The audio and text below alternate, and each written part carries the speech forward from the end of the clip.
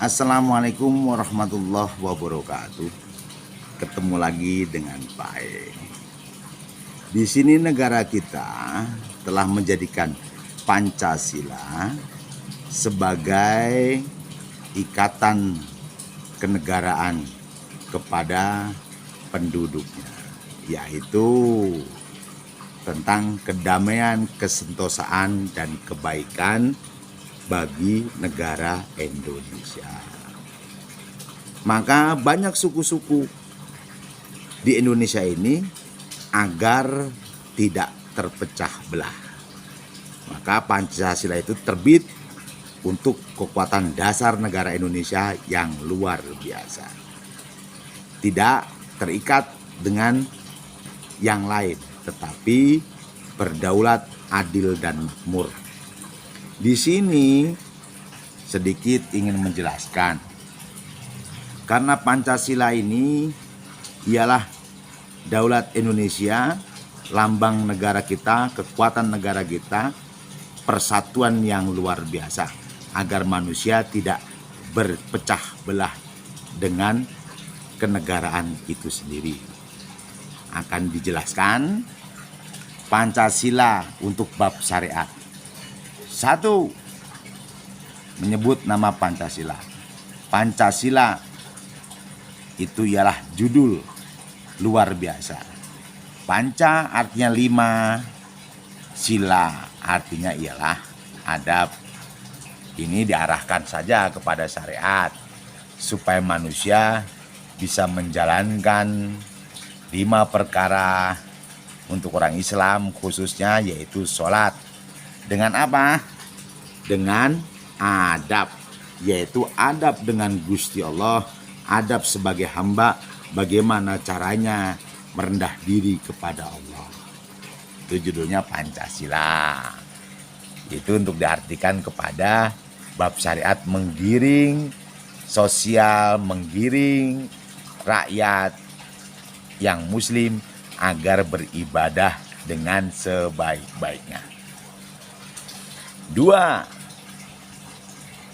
Ketuhanan yang Maha Esa. Tadi sebenarnya judul ya, Pancasila ini 1, ketuhanan yang Maha Esa ya. 1, bukan yang kedua. 1, ketuhanan yang Maha Esa. Jadi di sini menuhankan kepada Allah.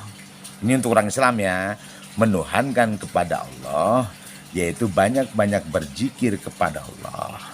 Mungkin kalau agama lain memuja dan memuji kepada Tuhannya. Tetapi bagi orang Islam, menuhankan kepada Allah, tidak menuhankan yang lain. Tidak menuhankan uang, tidak menuhankan kehebatan, tidak menuhankan kebutuhan, tapi menuhankan Allah Subhanahu wa Ta'ala. Astaghfirullahaladzim. Harus sering diucapkan. Terjadilah manusia tafakur, sering-sering zikirullah setiap malam, berhadapan dengan Allah, mengerjakan sholat tahajud atau sholat fajar dan sholat 5 waktu. Kemudian yang kedua, yang disebut dengan kemanusiaan yang adil dan beradab. Digiring lagi manusia mengarah kepada kebaikan, yaitu pandai-pandailah mengadili diri sendiri di hadapan Allah. Katakan, ya Allah, saya hina, saya salah, saya orang bodoh yang melakukan dunubi, yaitu dosa-dosa. Maka ampunlah kami ya Allah. Begitu juga dengan adab. Di situ keadilan sosial bagi seluruh rakyat Indonesia ditulis di akhir. Tetapi kemanusiaan yang adil dan beradab ditulis yang kedua. Manusia harus bisa mengadili sendiri kepada Tuhannya, dan akhirnya manusia bisa menentukan dan mengadili di depan manusia lain, yaitu merasa bersalah di depan orang-orang yang lain, tidak ingin menang, tidak merasa hebat karena dia mengadili diri sendiri. Orang yang mengadili diri sendiri pasti dia merasa bersalah, tentunya dengan adab. Kemudian Yang ketiga ialah Persatuan Indonesia. Di sini Persatuan Indonesia digiring lagi manusia untuk bercipta pikir, yaitu menyatukan jiwa dan pikir, begitu juga dengan akhlak.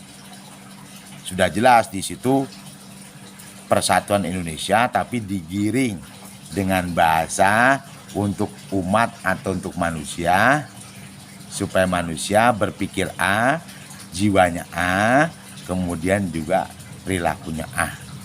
Kalau pikirannya A, hatinya B, kelakuannya C, akhirnya manusia yang tidak punya komitmen dan manusia yang amburadul.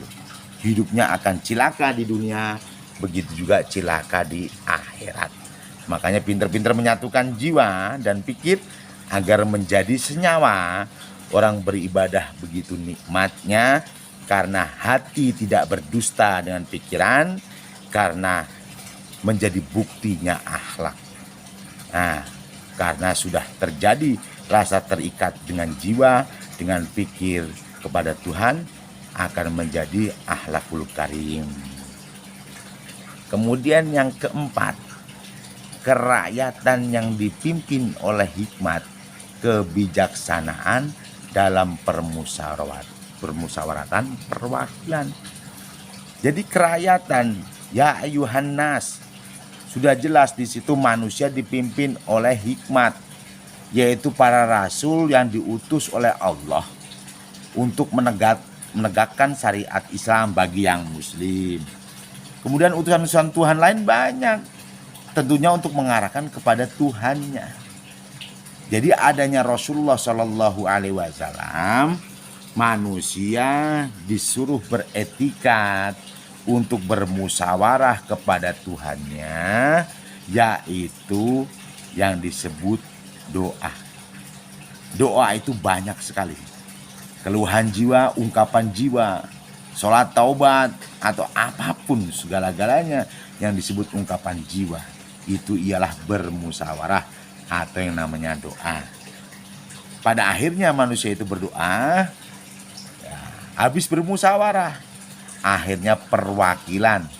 Hasil dari doa banyak sekali. Nah, itulah rahmat yang ditebarkan oleh Allah, kenikmatan yang ditebarkan oleh Allah, yaitu termasuk kabulnya doa. Makanya bila mana ada rapat, yaitu bermusyawarah, pada akhirnya akan ada perwakilan, yaitu hasil. Makanya orang-orang yang beragama diharapkan supaya beribadah kepada Tuhannya, bermusyawarah kepada Tuhannya, maka niscaya akan ada perwakilan atau hasil, yaitu hasil dari bermusyawarah atau doa. Ya.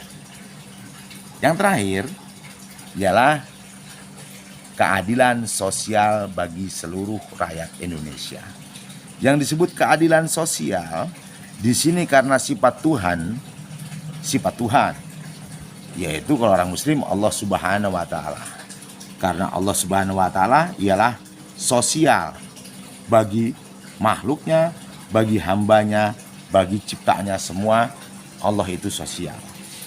Maka dari itu keadilannya tanpa batas, semua dicukupi, dan itu perencanaan Allah Subhanahu wa taala karena qada dan qadar. Karena qada dan qadar itu sudah ditentukan, maka kita jangan khawatir.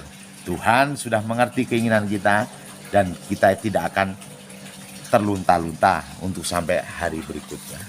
Kemudian sampai di alam berikutnya, semua akan diberikan haknya masing-masing oleh Gusti Allah Subhanahu wa taala. Ya. Makanya di sini berdaulat negara Indonesia luar biasa karena terlahirlah Pancasila untuk menghimpun seluruh suku dan agama agar terikat erat dan tidak putus, agar saling mencintai dan tidak saling menodai. Tidak ada yang dimenangkan. Yang dimenangkan ialah Tuhannya masing-masing. Tuhan mengajarkan tentang kasih sayang. Allah Subhanahu wa taala menurunkan cintanya, risalah yang indah cahaya pelita, yaitu Nabiuna Sayyiduna wa Maulana Muhammadin Sallallahu Alaihi Wasallam. Nurnya saja bisa menerangi hati dan cara berpikir manusia dengan logis, baik dan benar. Ikutilah dirinya, sunnah yang terbaik bagi seorang muslim yang sejati.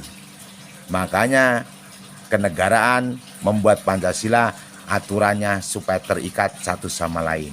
Dan kita cukup mengucapkan asyhadu an la ilaha illallah wa asyhadu anna Muhammadur Rasulullah. Allahumma sholli ala sayyidina Muhammad wa ala ali sayyidina Muhammad. La ilaha illa anta subhanaka inni kuntu minadh dhalimin. Astaghfirullahaladzim, astaghfirullahaladzim, astaghfirullahaladzim minal jamil muslimina wal muslimat wal mu'minina wal mu'minat. Innallaha ghafurur rahim. Subhanallah. Mudah-mudahan kita diampuni dan diberikan kesempatan oleh Allah Subhanahu wa taala agar kita bisa bertaubat, bisa kembali bermanfaat, yaitu manusia yang menjunjung tinggi agamanya, menjunjung tinggi aturan Allah, menjunjung tinggi pimpinan kita atau kekasih kita atau junjungan kita, yaitu Nabiyuna Sayyidina Maulana Muhammadin Sallallahu Alaihi Wasallam. Terimalah ajaran guru-guru kita yang mengarahkan cinta kepada Nabi dan para habaib atau para alim ulama yang indah, yang sekiranya tidak membuat bercerai-berai. Karena Islam itu tidak berharap perceraian atau kehancuran. Islam itu sifatnya mendidik dan membangun akhlakul karim dengan citra-citra yang luar biasa.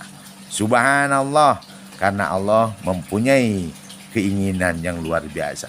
Terima apa adanya, jangan protes menghadapi alam dunia, karena kita sudah merdeka, dan merdekakan pikiranmu dan hatimu, niscaya kembali kepada istiqomah, qanaah, tenang, indah, saling mencintai. Salam dari Pak E. Semoga bermanfaat. Mohon maaf lahir batin bila kata-kata banyak yang salah, banyak terputus-putus, terbata-bata, karena manusia sedang berupaya memperbaiki diri. Mohon maaf lahir batin. Salam dari Pak E. Assalamualaikum warahmatullahi wabarakatuh.